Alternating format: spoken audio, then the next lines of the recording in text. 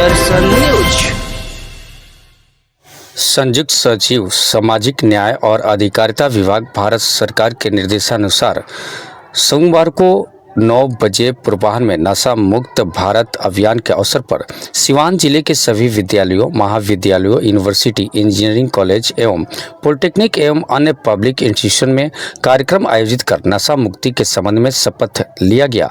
इसी क्रम में सिसवन प्रखंड क्षेत्र के उत्क्रमित उच्च माध्यमिक विद्यालय सह राजकीय मध्य विद्यालय बघौना के बच्चों के द्वारा वर्कशॉप के माध्यम से नशा के दुष्परिणामों से लोगों को अवगत कराया गया। इस दौरान शिक्षक बीके भारती ने नशा के लत के कारणों तथा उसके दुष्प्रभावों पर चर्चा करते हुए बच्चों, अभिभावकों और ग्रामीणों को नशा नहीं करने तथा दूसरों को नशा नहीं करने के लिए प्रेरित किया गया। साथ ही साथ उन्होंने बच्चों को इसके लिए शपथ भी दिलवाया। उक्त कार्यक्रम की अध्यक्षता प्रभारी प्रधानाध्यापक नागेंद्र कुमार ने किया। उक्त कार्यक्रम में शिक्षक राजू तिवारी, असगर अली, मिथिलेश कुमार आदि सहित दर्जनों शिक्षक और सैकड़ों बच्चे मौजूद रहे। जानते हैं कि हमारा देश और हमारे आसपास हमारा गांव समाज सबसे अधिक क्यों बर्बाद होता है और कैसे बर्बाद होता है। उसका सबसे बड़ा प्रमुख कारण है नशा। आज के जो युवा है वह मन से पढ़ाई नहीं करते हैं, पढ़ने में उनका मन नहीं लगता है। किशोरावस्था से 8वां क्लास, 9वां क्लास, 10वां क्लास या मैट्रिक पास करते सब बच्चों की जो संगति होती है वह कुछ संगति हो जाती है। बुरे संगत में पढ़कर लोग तंबाकू खाने लगते हैं, सिगरेट पीने लगते हैं, यहाँ तक कि दारू भी पीने लगते हैं।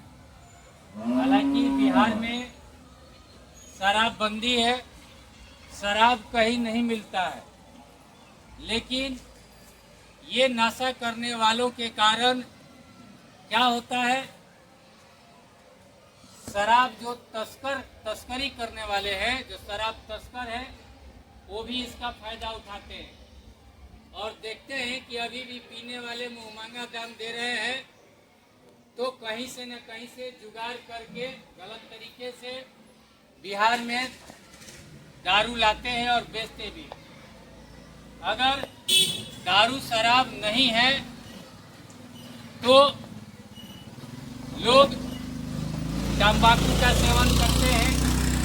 तंबाकू किसी भी रूप में हो, चाहे वो खैनी के रूप में हो, गांजा के रूप में हो, सिगरेट के रूप में हो, गुटखा के रूप में हो, पान मसाला के रूप में हो, किसी भी नशा का लत लगना मानसिक रूप से कमजोर बनाना है।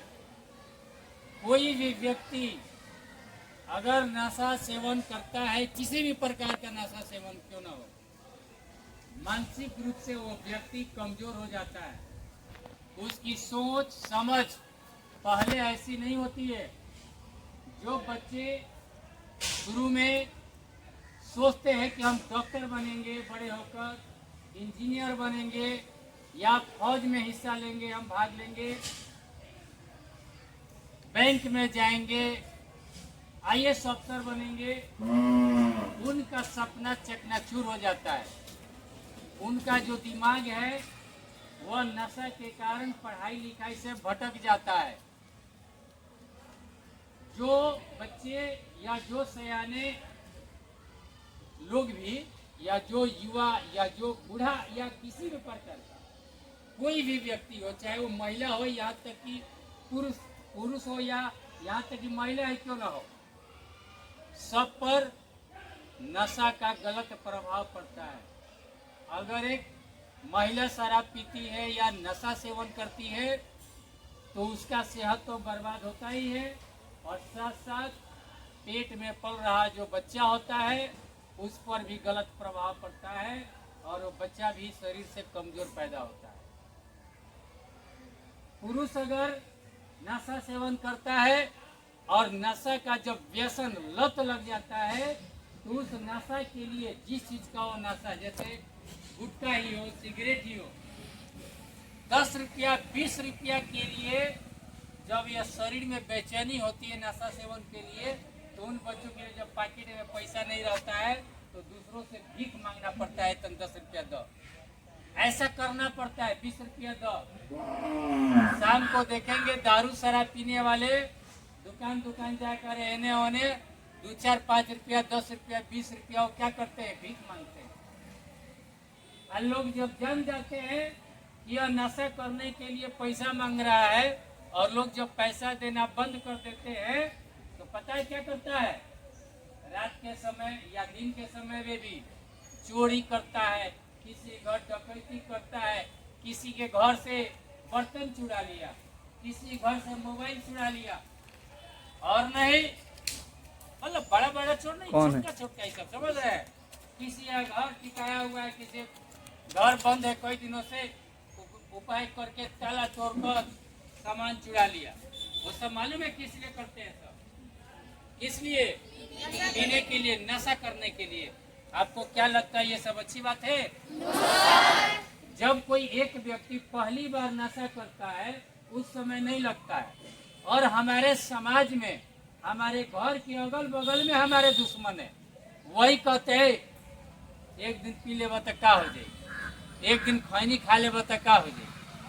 लेकिन वही एक दिन करते करते क्या होता है मालूम है, फिर दोबारा कभी पी लेते हैं, दोबारा कभी खा लेते हैं, कभी फिर कभी पूछता है तो फिर कर लेते हैं।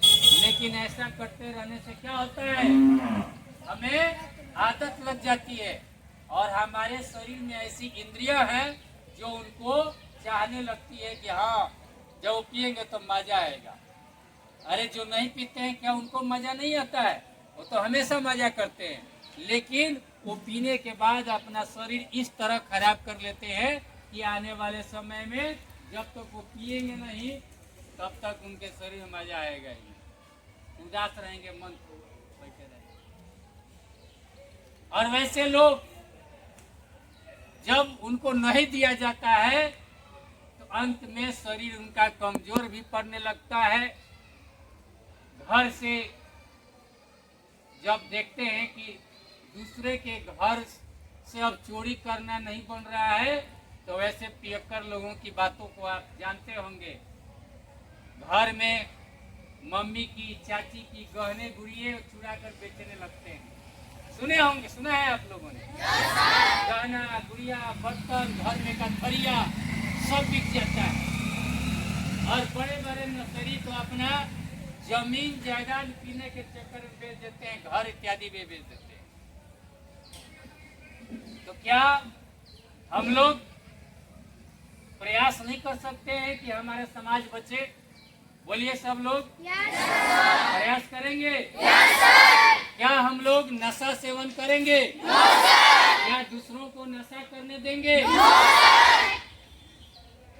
कोई भी नशा हो, खैनी हो, तंबाकू हो, बीड़ी हो, सिगरेट हो, दारू हो, गांजा, अफीम, किसी प्रकार का भी नशा जो है हमें करना चाहिए या दूसरों को करने देना चाहिए? अगर अपने घर में कोई है तो उसको भी क्या करना चाहिए? मना करना चाहिए। और कहेगा कि नहीं हमको पीना जरूरी है, हमको पीना जरूरी है, हम नहीं पिएंगे तो हमसे काम नहीं होगा। तो बोलिएगा कि आप छोड़ना चाहते हैं कि नहीं, पहले ही बताइए, काम होगा। तो बोलेंगे हम तो छोड़ना चाहते हैं, तो ठीक है, आप बताइए उसको। जब एक बार बोल दिया कि अगर छोड़ना चाहते हैं तो हर सरकारी अस्पताल में जितने भी नशा सेवन करने वाले लोग हैं उनका मुफ्त में इलाज किया जाता है, दवा दिया जाता है नशा के रूप में। लगता है कि नशा ही हो और दवा दे देकर अंत में अब नशा नहीं भी करेंगे तो अभी भी उनके शरीर पर बुरा प्रभाव नहीं पड़ेगा। और दूसरी बात, सबसे अच्छी बात बताऊं, आप कहेंगे कि हम अगर 10 दिन अस्पताल में रहेंगे तो तारा लोग के अनाज कैसे चली, खाना पीना कैसे होई? तो सरकार का इतना कहना है कि अगर आपके पिताजी या चाचा या भैया अगर नशा करते हैं और आप अगर पकड़ कर लाते हैं अस्पताल में तो आपके चाचा या पापा जो काम करते हैं रोजाना कमाते हैं उतना कमाई हम जितना दिन अस्पताल में रहेंगे सरकार यानी हम देंगे, अस्पताल देंगे। बोलो अच्छी बात है कि नहीं?